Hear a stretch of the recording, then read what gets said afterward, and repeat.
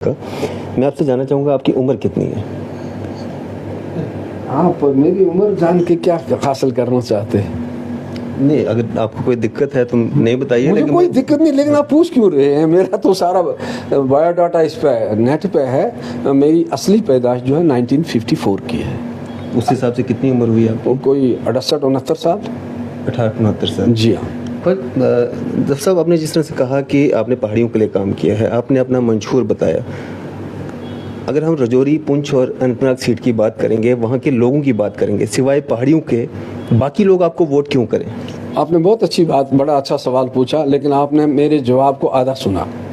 आपने ज़फ़र मन्हास पहाड़ी सेक्शन के इंचार्ज की बात तो सुनी, आपने ज़फ़र सेक्रेटरी कल्चरल एकेडमी की बात नहीं सुनी। सर वो तो आपकी ड्यूटी थी। तो मैं वही ड्यूटी, आप तनख्वाह लेते थे। तो क्या पार्लियामेंट का मेंबर तनख्वाह नहीं लेता है?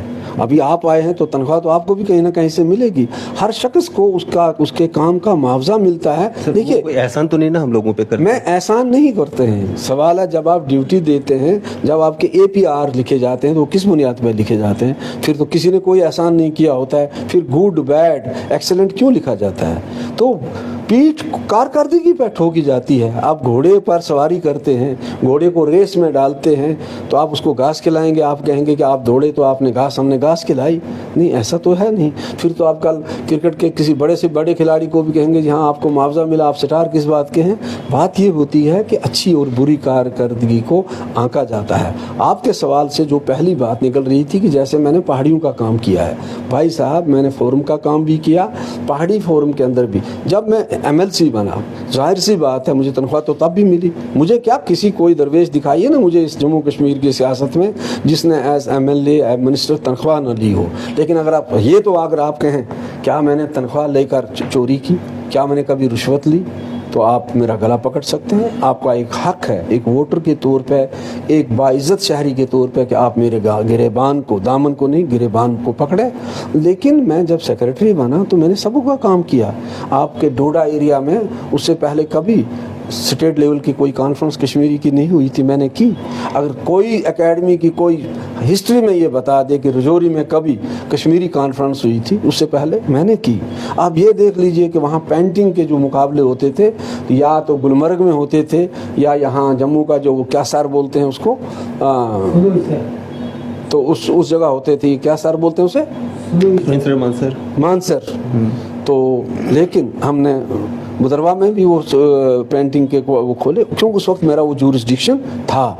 इतना ही नहीं, हमने बुदरवा के आर्टिस्ट लाए, लद्दाख के आर्टिस्ट लाए, जम्मू के आर्टिस्ट लाए, तो इनका इंटरेक्शन करवाया। 100 200 जो मेरा मतलब काम बनता था, ड्यूटी बनती थी, वो मैंने एहसन तरीके से या ईमानदारी से निभाने की कोशिश की।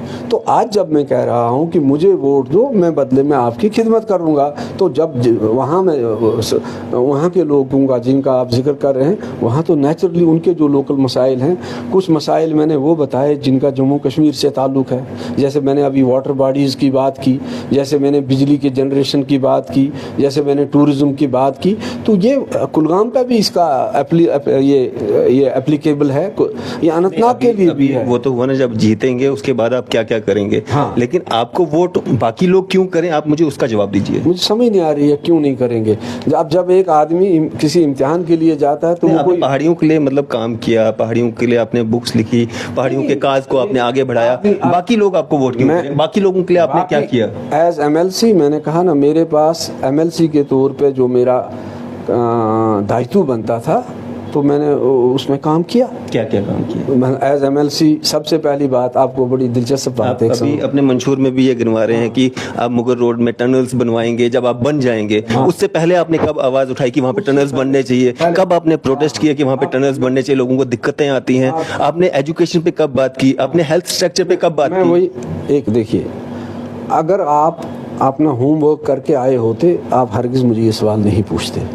आप एज MLC रिकॉर्ड निकलवाइए या मुझे कहिएगा। मैं इस सवाल का जवाब आपको ही देना है ना, आपने क्या क्या किया मैं दे रहा है। हूं। मेरा काम सवाल करना है। नहीं, मैं वही कह रहा हूं। मैं पहले जान के आऊंगा आपने क्या क्या किया है, फिर मैं आपकी कसीदे कसूंगा, फिर अच्छा हूं मैं। नहीं, मैंने कसीदे की बात नहीं कही, ना मुझे कसीदों की ये कोई ये कह रहा हूँ, ना मैं कसीदे में बिलीव करता हूँ, ना हिजू में बिलीव करता हूँ। मैं ये कह रहा हूँ कि 3.5-4 साल मुझे जो वहाँ एक मौका मिला, मैंने सबसे ज़्यादा जोर जिस बात पे दिया जो आप सवाल पूछ रहे हैं वो ये था कि भाई कश्मीर इतना खूबसूरत है, लेकिन दुनिया का सबसे खूबसूरत तरीन शहर जो बन सकता था वो गंदगी के एक ढेर पे है। तो मैंने एक बार नहीं, रजौरी पुंछ नहीं, मैं श्रीनगर की बात कर रहा हूँ।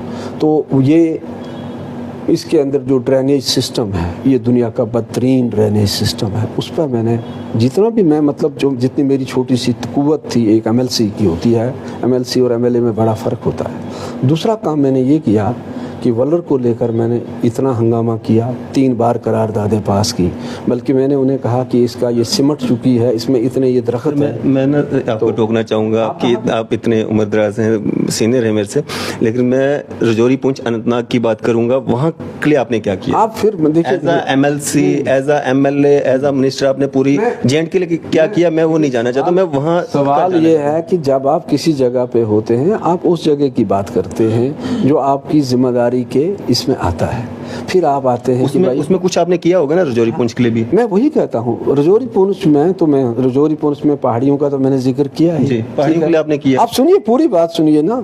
तो टनल का जिक्र तो मैंने 100 बार किया है वहाँ, करारदादें लाई है। और एक दिलचस्प बात, एक तरफ से आप गुजर पहाड़ियों का ये टकराव भी देख रहे हैं, मैं वो शख्स हूँ जिसने वहाँ करारदाद लाई, वल्लाहुल अज़ीम, मैंने, विबोध गुप्ता जी ने और सुरेंद्र चौधरी ने, कि गुज्जर बरादरी को ये पॉलिटिकल रिजर्वेशन मिले, या उनको जो फॉरेस्ट एक्ट है के तहत जो उनको फैसिलिटीज़ मिलनी चाहिए वो मिले। तो नहीं मिल रही हैं। सरकार ने कहा अब तो मिलेंगी। सरकार ने तब कहा, जो अभी तक नहीं मिली हैं। सरकार ने कहा कि यहाँ कॉन्स्टिट्यूशन है, तो अपना कॉन्स्टिट्यूशन है, ये इस पर अप्लाई नहीं होता। हमने cross question point of order में कहा कि अगर आप लद्दाख के लिए हिल कौंसिल बनाते हैं, हिल कौंसिल बनाने के बाद फिर वो एक गवर्नर रूल में बनती है, बाद में आप उसको जस्ट रेटिफाई करते हैं थ्रू कैबिनेट, और उसके लिए आप एक अमेंडमेंट लाते हैं, तो इसमें भी लाइए। लेकिन अब सवाल ये है कि जिन लोगों के हाथ में ये सारा कुछ था, उन्होंने कितना किया कितना नहीं किया, लेकिन एक MLC या एक MLA एक कोशिश उस सिलसिले में कर सकता है। आपकी बातों बातों में मैंने सुना, आपने कहा कि रजौरी पुंछ के साथ हमेशा ही ज्यादती होती आई है, और जब आप सत्ता में आएंगे आप रजौरी पुंछ को अलग से एक पार्लियामेंट्री सीट जो है वो देंगे। वोट आप अनंतनाग से भी लेंगे, अनंतनाग के लोगों से भी लेंगे, और इस कॉन्स्टिट्यूंसी को अलग करेंगे। मैंने ज्यादती की बात नहीं कही, ज्यादती की बात तो मैंने नहीं कही, इग्नोर करने की बात हुई होगी, वो भी ज्यादती होती है या नहीं, वो ज्यादती दूसरी चीज़ है। तो असल में बात यह है कि मैंने ये कहा कि हम ये कोशिश करेंगे। अब जो बात आप कह रहे हैं, मैं इस बात को फिर रिपीट करता हूँ कि इनको अलग से कॉन्स्टिट्यूंसी मिले, दैट डजंट मीन कि इससे अनंतनाग वालों की हैसियत पर, उनके इख्तियारात पर कोई असर पड़ता है। तो दूसरी बार आप अनंतनाग से इलेक्शन लड़ेंगे या रजौरी पुंछ से? देखिए, कल किसने देखा है, जैसे मैं आपने मेरी उम्र का मैंने जिक्र किया, आपको क्या पता मैं कहाँ से इलेक्शन लड़ पाऊंगा भी या नहीं। आप सामान 100 बरस का, पल की खबर नहीं, मुझे क्या पता है कल क्या होगा। अब्दुल्ला साहब अगर लड़ सकते हैं तो आप क्यों नहीं? हर आदमी, मैं कहता हूँ कि अगर आप मुझ पर भरोसा करते हैं, तो मैंने शुरू में कहा था कि अल्लाह अलीम व बसीर है, कि मैंने ख्वाब ख्याल में भी नहीं था कि मैं ये इलेक्शन लड़ रहा हूँ।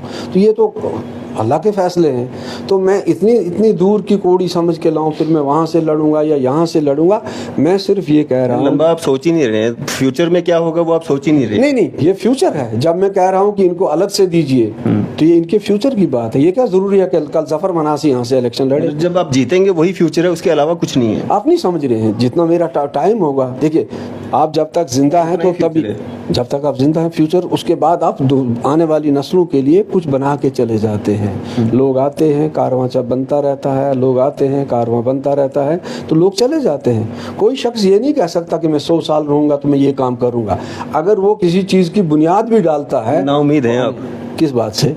इसी बात से कि मैं आगे कुछ कर नहीं पाऊंगा। मैंने ये नहीं कहा सर उम्मीद पे दुनिया कायम है ना, तो मैं इसीलिए तो ये पूरा देश चल रहा है। अगर आप मुझे माफी, ये चीज अगर मोदी जी भी सोचेंगे फिर तो वो दोबारा के लिए 2024 की क्या 2000 वो तो 2047 की तैयारी कर रहे हैं। तो मैं वो ये नहीं कह रहे हैं कि वो सर 2047 में वज़ीर आज़म होंगे, ये नहीं वो कह रहे हैं। वो उस प्लान, जब मैं ये कह रहा हूँ कि हम यहाँ एक ये बनाएंगे लोकसभा की, ये तो इसका ये मतलब ये नहीं है कि वो आगे एक आदमी ये कहता है कि मैं एक दरख्त पेड़ लगाऊंगा, तो वो कहता है कि मुझे मालूम नहीं कि मैं इसका फल खा पाऊंगा या नहीं, लेकिन पेड़ लग गया, पेड़ फल देगा, उसके वो जिंदा होगा तो खाएगा, खाने की पोजीशन में होगा तो खाएगा, नहीं होगा तो मर गया तो वो उसका नाम रह जाएगा, उसको लोग याद करेंगे उसके काम की वजह से। कोई आदमी, आप मुस्तकबिल के प्लान जब बनाते हैं तो उसमें शख्सियत फ़र्द नहीं होता है, उसमें इंस्टीट्यूशन की बात होती है, उसमें समाज की बात होती है, उसमें देश की बात होती है।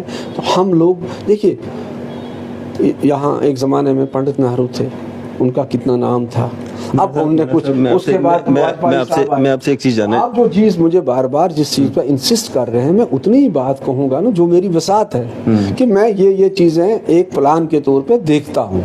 मैं ये क्या पता है फिर कंप्लीट कैसे होते हैं। सर जब आप जीत जाएंगे उसके बाद आप क्या क्या करेंगे वो आपने अपना मंशूर बताया। हाँ जी, हाँ जी।